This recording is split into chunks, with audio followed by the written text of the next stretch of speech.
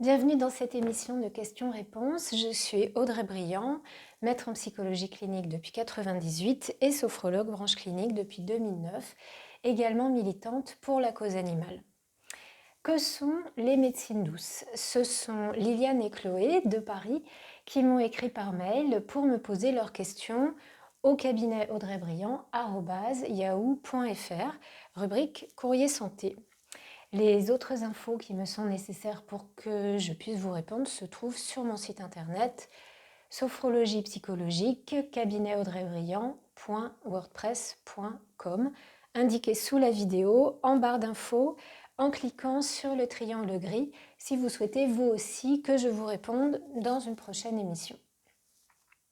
Alors, Chloé me dit: j'hésite, je ne sais pas laquelle choisir, tandis que Liliane penche vers la sophrologie, mais ne comprend pas son action biologique à part l'aspect relaxant connu du grand public. Alors, eh bien déjà, bonjour à toutes les deux. Ce sont des bonnes questions parce que la plupart des gens ont fait une psychothérapie ou une psychanalyse, mais il existe des thérapies autres désormais que par la parole qui soignent le corps, le mental et pour certaines l'inconscient aussi. C'est le cas des médecines douces, nommées aussi parallèles ou alternatives. Elles sont des thérapies dites brèves, soit maximum 2 ans, mais ce n'est pas toujours exact puisque le yoga, par exemple, peut être appris et pratiqué sur beaucoup plus longtemps que ça, et même la sophrologie peut être pratiquée autant de temps qu'on veut, en séance, dans un but thérapeutique long ou lointain, dans un vrai programme de développement personnel. Donc là, c'est sur une durée indéterminée. Par contre, c'est vrai qu'elles sont immédiates dans leurs premiers effets ou très rapides. Pour ça, on y passe moins de temps effectivement que la fameuse cure par la parole. Donc, très appréciable puisqu'active. Elles visent la résolution des problèmes, elles guérissent ou améliorent vite, mais moins en profondeur ni définitivement, contrairement à la psychothérapie ou l'analyse, sauf si l'on continue de pratiquer régulièrement.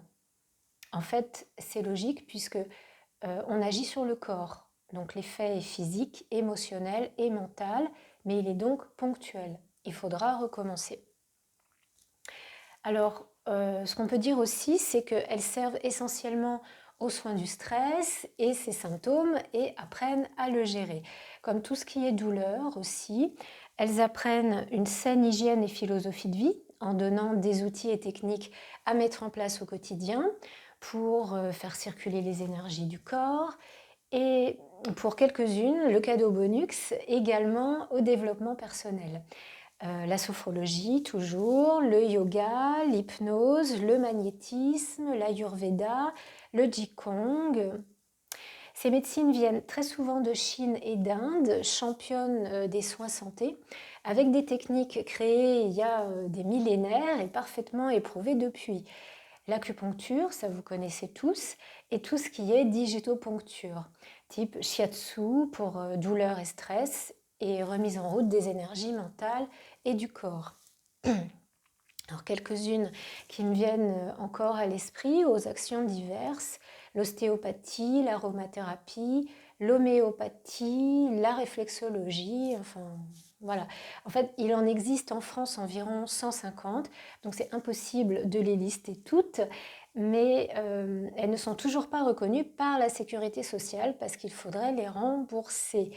Même pour la sophro que je pratique et qui est classiquement utilisée à l'hôpital. Donc elles le sont par certaines mutuelles où il y a tous les degrés de remboursement. Conclusion, on se les paye en général soi-même, comme sa psychothérapie ou sa psychanalyse, tout simplement. Leurs façons de traiter et guérir sont donc réalisées de 4 manières. Pardon. La première, sans médicaments chimiques.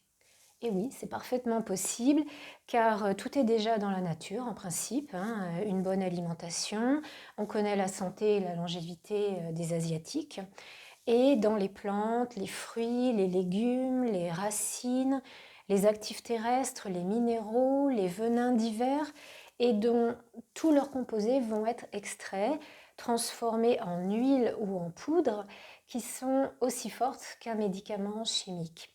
C'est d'ailleurs par eux que notre corps vit et ce dont il a besoin pour se développer dès la naissance et quotidiennement. Avoir tous les jours de la vitamine A, B12, magnésium, donc, etc. Donc c'est QFD. Deuxième façon d'utiliser les médecines douces, ça va être conjointement à la médecine chimique. Lorsque la maladie est à un stade avancé, qu'il s'agisse de méditation ou de phytothérapie, concentrée à 100% dans une huile ou réduit en poudre, ces disciplines ou ces actifs soignent à peu près tout et sont efficaces moyennement à fortement, mais même dans les maladies lourdes type cancer. Mais toujours en ajout de la médecine chimique quand même, dont elles vont démultiplier les effets justement. Ça va être leur rôle. Chacun de nous a au moins essayé une fois dans sa vie des granulés d'homéopathie en prévention des rhumes, des grippes de l'hiver. Eh bien, on ne tombe pas malade. Voilà. Idem avec les huiles essentielles et végétales, la sophrologie, le tai chi chuan, enfin voilà, etc. Troisième façon d'agir des médecines douces, par les mains du thérapeute pour certaines, qui malaxe, remet en place les organes, les muscles, fait circuler sang, lymphe dans les ganglions. Et alors justement, la quatrième façon, par l'énergie. Alors pour nous en France, c'est incompréhensible. Il faut simplement être ouvert, comme on croit et sait que l'inconscient existe. Je vous renvoie à l'émission numéro 2. En Chine et en Inde notamment, on a découvert il y a des siècles que nous sommes traversés de lignes énergétiques, même si la science chez nous ne les a pas clairement identifiées, que l'on appelle méridiens. C'est dessus que les acupuncteurs travaillent par exemple en posant leurs aiguilles. Nos méridiens sont très sensibles aux émotions, au stress, traduits sous forme d'hormones que l'on va trop ou pas assez sécréter, et qui provoquent nos symptômes mentaux et physiques.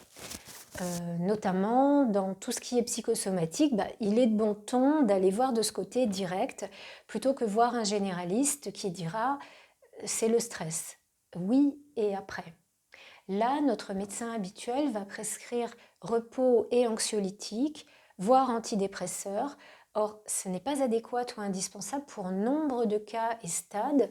Une sophrologie et branche clinique comme je la pratique, un praticien en shiatsu, Reiki ou Ayurveda par exemple, feront le même travail que le médicament en décoinçant la respiration, les zones où stagnent ces hormones, ou manuellement ou par des techniques à apprendre soi-même, comme en sophrologie par exemple. Et quand le patient est trop bloqué pour les faire, les médicaments sont par contre indispensables. Il faut les prendre car il faut agir vite. Il doit les prendre les premières semaines en parallèle de sa thérapie médecine douce, en sachant qu'il pourra progressivement les laisser car il ne faut jamais devenir dépendant des médicaments, en s'appropriant les exercices anti-stress que j'utilise en sophro et les massages ou appuis sur les points d'énergie que pratiquent ces thérapeutes manuels. Donc, on est bien d'accord que ce n'est pas le médecin ni son psy qui peuvent traiter ces domaines. Moi, par exemple, juste avec mon premier métier, je ne peux rien faire. J'ai besoin du deuxième, de la sophrologie. Quant à savoir quelle est l'action biologique de la sophrologie, eh bien, je viens d'en parler. Et par la répétition quotidienne des exercices de respiration, de visualisation, de pensée positive et adaptée, des mouvements symboliques où l'on se charge, où l'on se décharge d'une émotion, d'une sensation, elle agit de suite sur les systèmes nerveux sympathiques et parasympathiques par le cerveau qui alerte ceux-ci. Donc, ce qui va se passer, c'est que les fonctions de base, le cœur qui bat trop vite, la respiration bloquée, saccadée ou l'hyperventilation se remettent en place. Logique.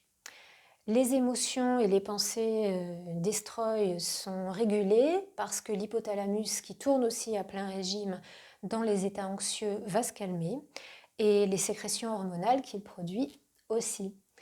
Le cortisol surtout, qui est une hormone qui permet de tenir dans la durée en situation de stress chronique, mais qui attaque malheureusement fortement les organes. Ce qu'il fait, c'est qu'il mange, il grignote le magnésium qui se trouve dans nos cellules. Or, c'est un minéral qui agit dans des centaines de réactions enzymatiques du corps au quotidien et dans la gestion du stress. Alors, si on n'en a plus, ça sert d'en prendre en gélule à la pharmacie, mais ça ne va marcher qu'au bout de quelques jours. Et si on reste dans le même état, stressé, angoissé, incapable de contrôler son angoisse, puis les réactions de son corps, bon, comme on voit, c'est pas possible, elles sont viscérales, ça va pas servir à grand chose. Il faut stopper ces réactions à l'agent stressant. On peut calmer ou stopper la machine intérieure, notamment en sophrologie clinique, où là, avec quelques exercices mélangés à des entretiens psychologiques qui déchargent de suite paroles et émotions, les symptômes régressent dès le premier rendez-vous dans la plupart des cas. Voilà, alors mesdames, eh bien, je vous adresse un prompt rétablissement avec moi-même en consultation si vous le souhaitez puisque vous êtes à Paris. Et j'espère vous avoir éclairé toutes les deux, comme vous tous qui suivez ma chaîne. Et je vous dis à la prochaine émission.